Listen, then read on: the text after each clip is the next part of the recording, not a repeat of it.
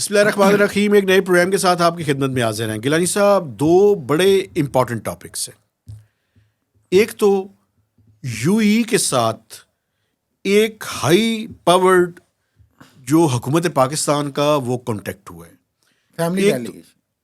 उससे पहले जो डिप्टी प्राइम मिनिस्टर हैं वो डेवोस से वापस आते हुए वो यूएई रुके और उस एक दिन में उनकी डिप्टी प्राइम मिनिस्टर मुराद है इसहाक डार साहब, उनकी बड़ी इंपॉर्टेंट मीटिंग्स हुई वहाँ पे।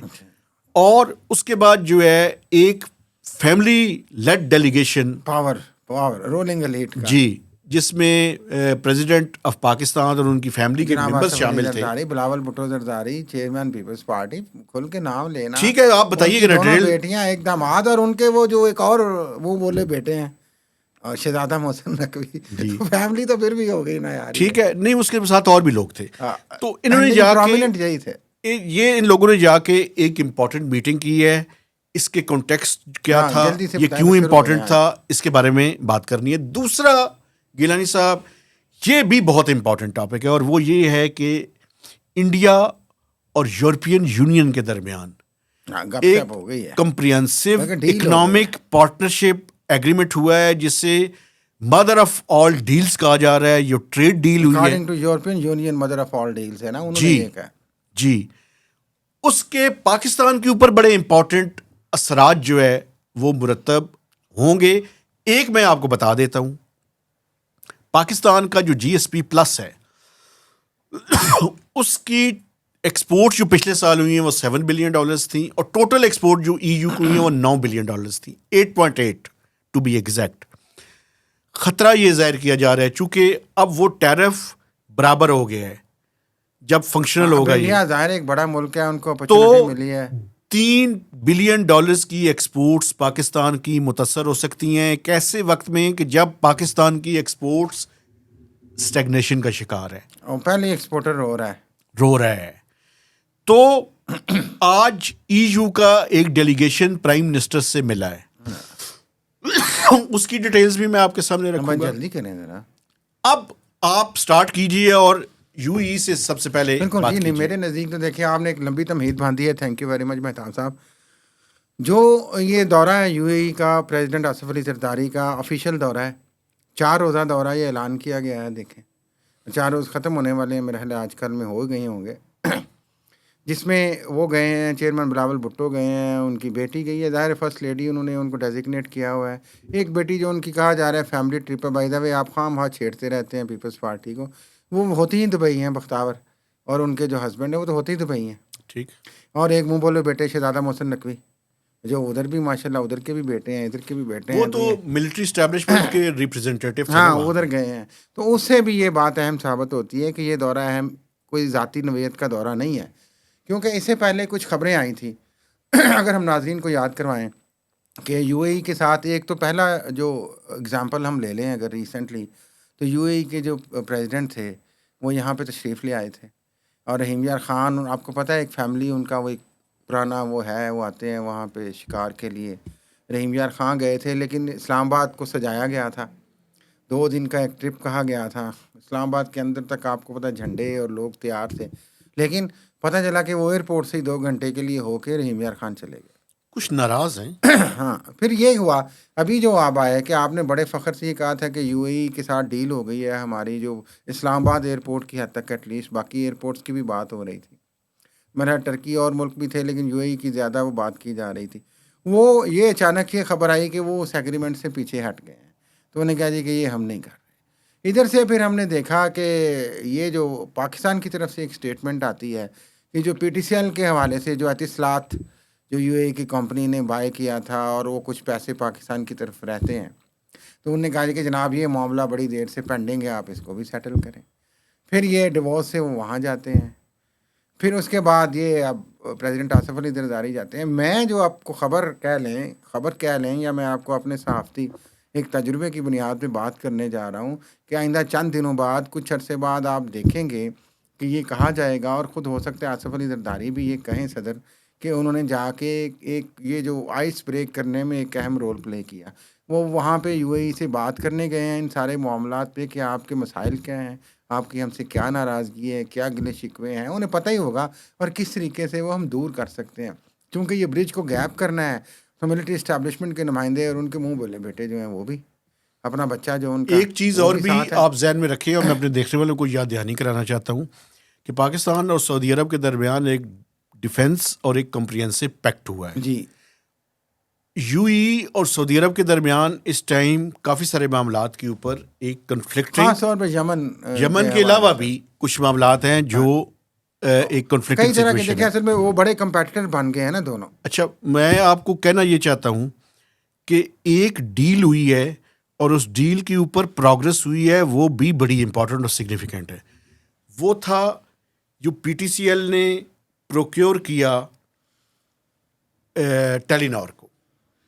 टेलीनॉर की जो डील है वो फाइनल हो चुकी है और अब पीटीए को एक लेटर जो है वो उन्होंने उसकी बाकायदा अप्रूवल देनी है ताकि ये जो प्रोक्योरमेंट हाँ, या ये उन्होंने मर्जर लेना है स्ट्रक्चर जो भी हो जाए वो। उसको जो है वो किया जा सके। तो इसी कॉन्टेक्स्ट में जो डिप्टी प्राइम मिनिस्टर है वो वहाँ से ये जो आपने पीछे बताया उसके लिए $800 मिलियन की आउटस्टैंडिंग लाइबिलिटी एक पड़ी हुई है, जो कि पीटीसीएल ने जो ज़मीनें 2005-6 में पीटीसीएल को जब ख़रीदा इतिसलात ने, तो वो इशू अभी तक अनरिजॉल्व्ड है।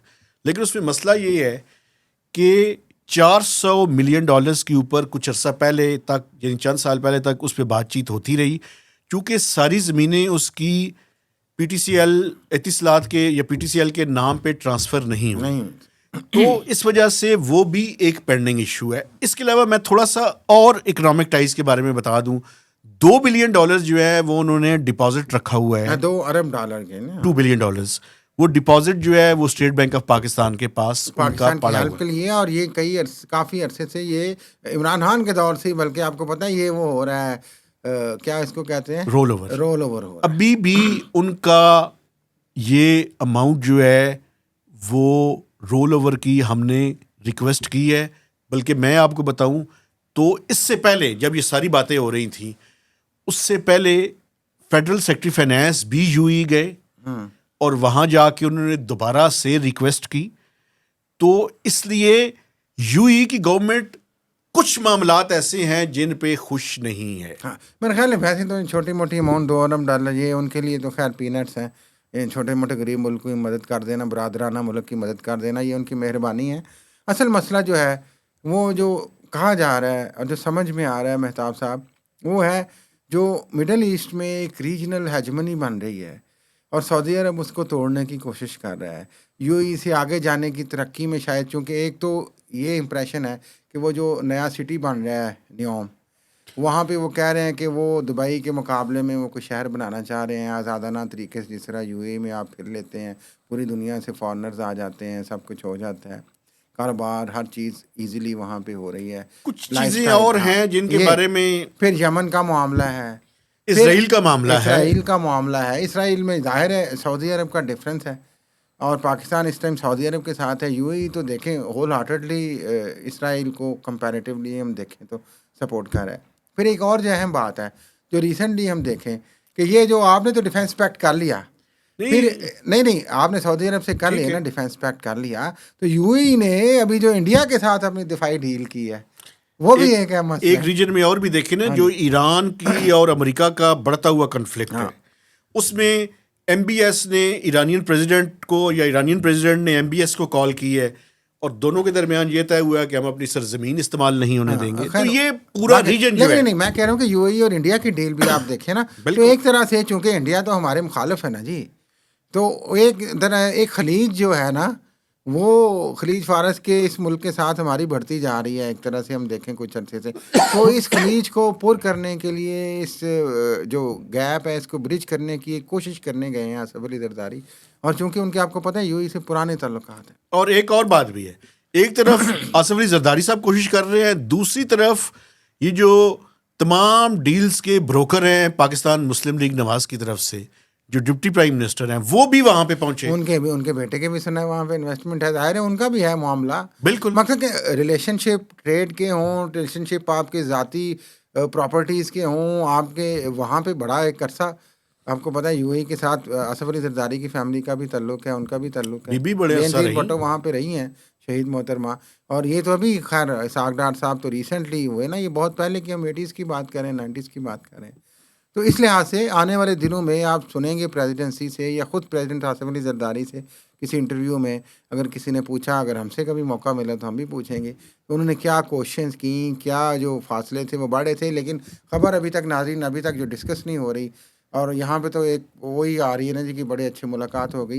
ये जो फासला बढ़ रहा है यूएई और पाकिस्तान को, इस गैप को ब्रिज करने के लिए आसिफ जरदारी जो है वो कितना अहम रोल प्ले कर रहे हैं, और ये किस हद तक होगा ये आने वाले दिनों में हम देखेंगे। लगता मुश्किल है। यहाँ पर देखिए कोशिश तो की है ना उन्होंने। मुझे मेरी अपनी बात करने की इजाजत है सर। हाँ लगता मुश्किल है, हाँ, लेकिन चले कोशिश करने में तो मैं कह रहा हूँ हर्ज नहीं है ना। क्योंकि एक तरफ जो रीजनल कॉन्फ्लिक्ट्स हैं वो तेजी से बढ़ रहे हैं। जी। अच्छा दूसरे टॉपिक पे आ जाएं सर। वो ये बड़ा ऐसे ही है important जैसे सऊदी अरब नाराज हो गया था आपसे जब इमरान खान चले गए थे मलेशिया जी। और टर्की के साथ मिलकर टीवी बनाने लगे थे और पता नहीं क्या क्या इंटरनेशनल प्रोजेक्ट करने थे। बिल्कुल उसी तरह की सिचुएशन है। अच्छा अब आ जाए दूसरे टॉपिक हाँ पे। जी ईयू और इंडिया के दरमियान जो ट्रेड डील हुई है हाँ सर, जी पाकिस्तान के लिए खतरे की घंटी है बिल्कुल बच चुकी है, ये तो ठन ठन हो चुका है ना अभी तक। लेकिन इसकी जो इंटरनल अप्रूवल्स हैं वो ईयू ने भी, ईयू के कमीशन ने और पार्लियामेंट ने उसकी अप्रूवल और एंडोर्समेंट करनी है।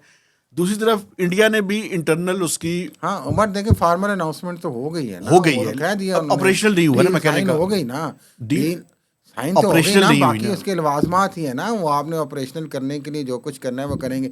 अब लेकिन इसमें इन्वेस्टमेंट भी है, इसमें बहुत सी चीजें हैं। वो कोई 97% उनकी जो गुड्स हैं वो जीरो रेट पे जाएंगी ईयू हाँ, के अब अंदर। देखिए अब अगर मेरी तरफ मुझे इजाज़त है तो मैं बोल लूँ, फिर आप बोलिएगा। ये मसला ईयू का भी एक और तरह से अब करंट सिचुएशन में है। एक तरफ अमेरिका का प्रेशर है ईयू पे अपनी चीज़ें मनवाने के लिए, ट्रेड टैरिफ लगा रहे हैं, तो ईयू अपने लिए नए रास्ते खोल रहा है। तो उन्होंने इंडिया की तरफ देखा है जो कि 1 अरब से ज़्यादा की आबादी है, और वहाँ पे आपको पता है इंडियन गारमेंट्स भी, इंडियन टेक्सटाइल भी बड़ी चलती है पूरी दुनिया में, बांग्लादेश की तरह, पाकिस्तान की तरह। तो उन्होंने तो अपने लिए नए एवेन्यूज़ खोले हैं लेकिन वही बात, थोड़ा सा इधर भी एक मसला जो है पाकिस्तान में जो ईयू का कंसर्न है वो इंडिया में भी होगा। इंडिया में भी by the way human rights की और ख़ास तौर पे जो रिलीजन राइट्स हैं उनकी कितनी वायलेशंस होती हैं। लेकिन यहाँ पे भी जो ह्यूमन राइट्स की वायलेशन का एक साथ में कंडीशन रखी हुई है ईयू की, यहाँ पे भी ईयू की थोड़ी सी नाराज़गी कह लें या फासला या कंसर्न्स हमेशा हमने देखे हैं कि एक्सप्रेस होते हैं, ख़ास तौर पे फ्रीडम ऑफ एक्सप्रेशन के हवाले से। बल्कि जो ईमान मज़ारी और उनके जो हस्बैंड को, उसके मतलब उन्होंने वाज़े तौर पे आज कहा है कि ये सारा कुछ गलत किया आपने। जो मीटिंग हुई है जीएसपी प्लस के रिव्यू के हवाले से है, जिसकी आई थिंक कोई रिपोर्ट भी आनी है मार्च में मेरा सर जी ख्याल है। मैं यही आपको बताने लगा हूँ कि मार्च में एक जीएसपी प्लस के ऊपर एक मॉनिटरिंग रिपोर्ट आनी है। उस रिपोर्ट में ह्यूमन राइट्स के ऊपर, पॉलिटिकल प्रिजनर्स के ऊपर, ये जो पॉलिटिकल लोगों को आपने अंदर किए हुए हैं इंक्लूडिंग इमरान खान, इसके बारे में उनके क्योंकि कंसर्न्स हैं। क्लाइमेट के हवाले से उनके कंसर्न्स हैं, इलीगल इमिग्रेंट्स के ऊपर उनके कंसर्न्स हैं। ये सारी चीज़ें ईयू की रिपोर्ट के अंदर वो होंगी।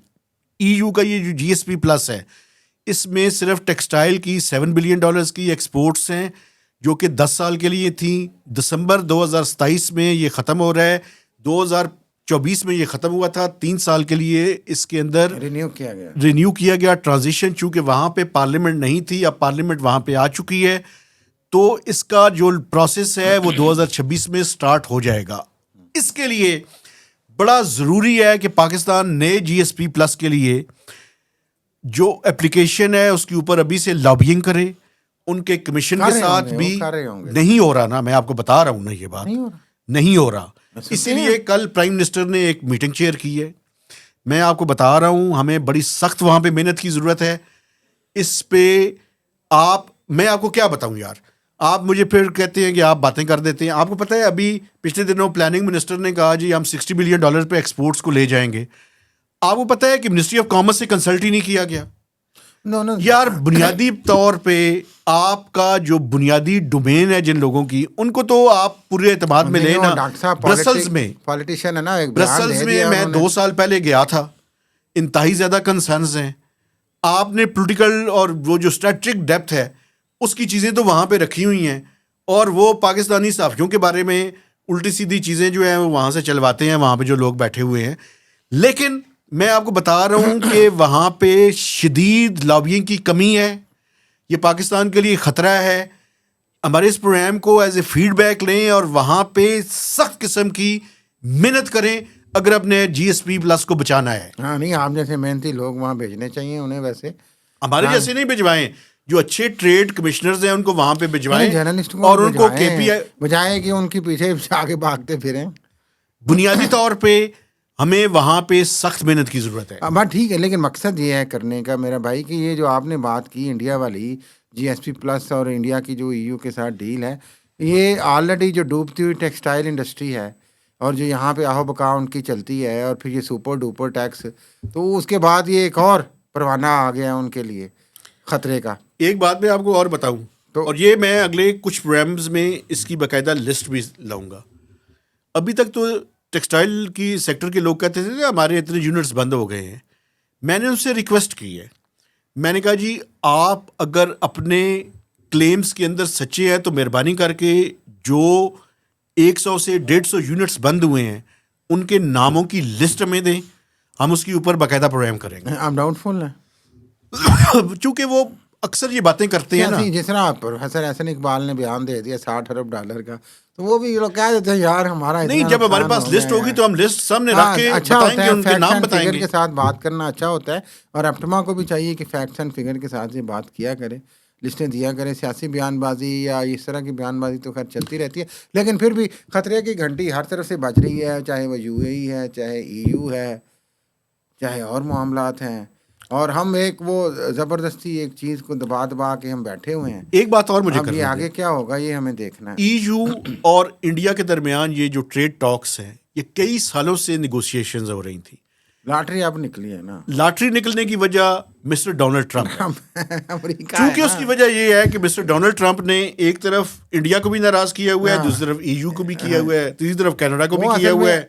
उनका भी मसला ये है कि उनके पास वक्त कम है, फरवरी तक वक्त है उनके पास, फरवरी अक्टूबर तक है, उनके खिलाफ आ रहे हैं। आपने उस दिन भी ये कहा था कि मिड टर्म इलेक्शंस आपने गलत बताया था। सही करते हैं, माफी चाहता हूं। मैं आपको बताऊं वो अक्टूबर में है इलेक्शंस, अक्टूबर नवंबर में है, तो उनके पास उस वक्त तक टाइम है, वो बहुत जल्दी में है, लेकिन उन्होंने भी हर एक से पंगा लेने का तैयार किया हुआ है। वो जाते जाते सब कुछ करना चाहते हैं ना, उन्हें पता है कि हो सकता है मेरी जमात हार जाए, मेरी पॉपुलैरिटी ना रहे, तो मैं इन 7-8 महीनों में तारीख तो रकम कर जाऊँ ना। तारीख रकम करते करते दुनिया को तीसरी वर्ल्ड वार की तरफ न ले जाएं। वो तारीख रकम करें, तारीख का सत्यानाश ना करें। यस बिल्कुल ठीक कहा आपने। खैर वो अपने मुल्क के सदर हैं, वो बेहतर समझते हैं उन्होंने अपने मुल्क के लिए क्या करना है। अच्छा, एक आखिरी बात अगर मुझे इजाजत दें, चूंकि ये टॉपिक मैंने पहले मेंशन नहीं किया था, लेकिन एक आप तो रह नहीं सकते ना टॉपिक के वो ये है सर के स्पेक्ट्रम की ऑक्शन हो रही है पाकिस्तान में, और ये रमज़ान के दौरान होगी माशाल्लाह। अभी तक की इतला ये है कि ये 26 से 28 फरवरी के दौरान होंगी, लेकिन मैं आपको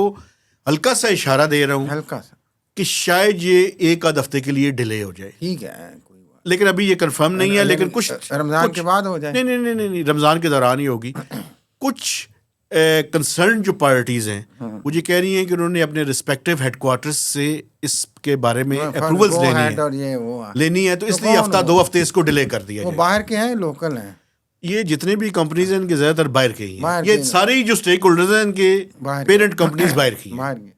तो जाहिर है चले इर्द गिर्द के हमारे हमसाये कोई होंगे ना। अच्छा, बड़ा जरूरी है, इसलिए मैं कह रहा हूँ कि इस मुल्क में 4G की सर्विसेज जैसी चल रही हैं, असल में तो इंटरनेट की सर्विस बेहतर चाहिए ना, बाकी आप जितनी मर्जी ड्रामाबाजी। इसके अलावा 5G भी जो है वो चंद शहरों में लॉन्च होगा, 5 मेजर शहरों में। मैं कह रहा हूँ इस मुल्क में 10G भी लॉन्च हो जाए ना, वो होगा कंट्रोल्ड ही, परेशान ना हो। कंट्रोल करेगा कौन? वो जो करते हैं यार, बड़े लोग करते हैं, बड़े घर वाले करते हैं। नाम लेना, बड़े घर वाले करते हैं, क्या तो रहा हूँ, और मिलिट्री एस्टैब्लिशमेंट की बात कर रहे हैं। वो यार प्यार से उनको यही नाम है, बड़ा घर ही है ना वो यार। अच्छा, सारे घर उसको सलूट करते हैं, तो हम भी तो। लेकिन एक बात और भी है यार, आप ये सारा कुछ कर रहे हैं, लेकिन 4 कंपनीज हैं जिन्होंने स्पेस की वो उसके लिए अप्लाई किया हुआ है। ठीक है, उसमें एक स्टार लिंक है, उसमें एक वन वेब है, उसमें चाइनीज 1-2 और भी स्टेक कंपनीज हैं, उनको Amazon इजाज़त भी नहीं दे रहे, अमेजोन भी है। दे देंगे, कोई नहीं, परेशान ना हो, इस पे अलग प्रोग्राम कीजिएगा। इजाज़त मिलनी चाहिए उन्हें भी। अच्छा नहीं, इजाज़त दीजिए नहीं तो मेहताब साहब कह रहे हैं इजाज़त दें। फिलहाल तो हमें इजाज़त दें। मैं अपने देखने वालों से गुजारिश करना चाहता हूँ कि मेरे चैनल को सब्सक्राइब कीजिए, शेयरिंग कीजिए और मैक्सिमम कमेंट्स भी दीजिए। तो इजाज़त दीजिए, अल्लाह हाफ़िज़।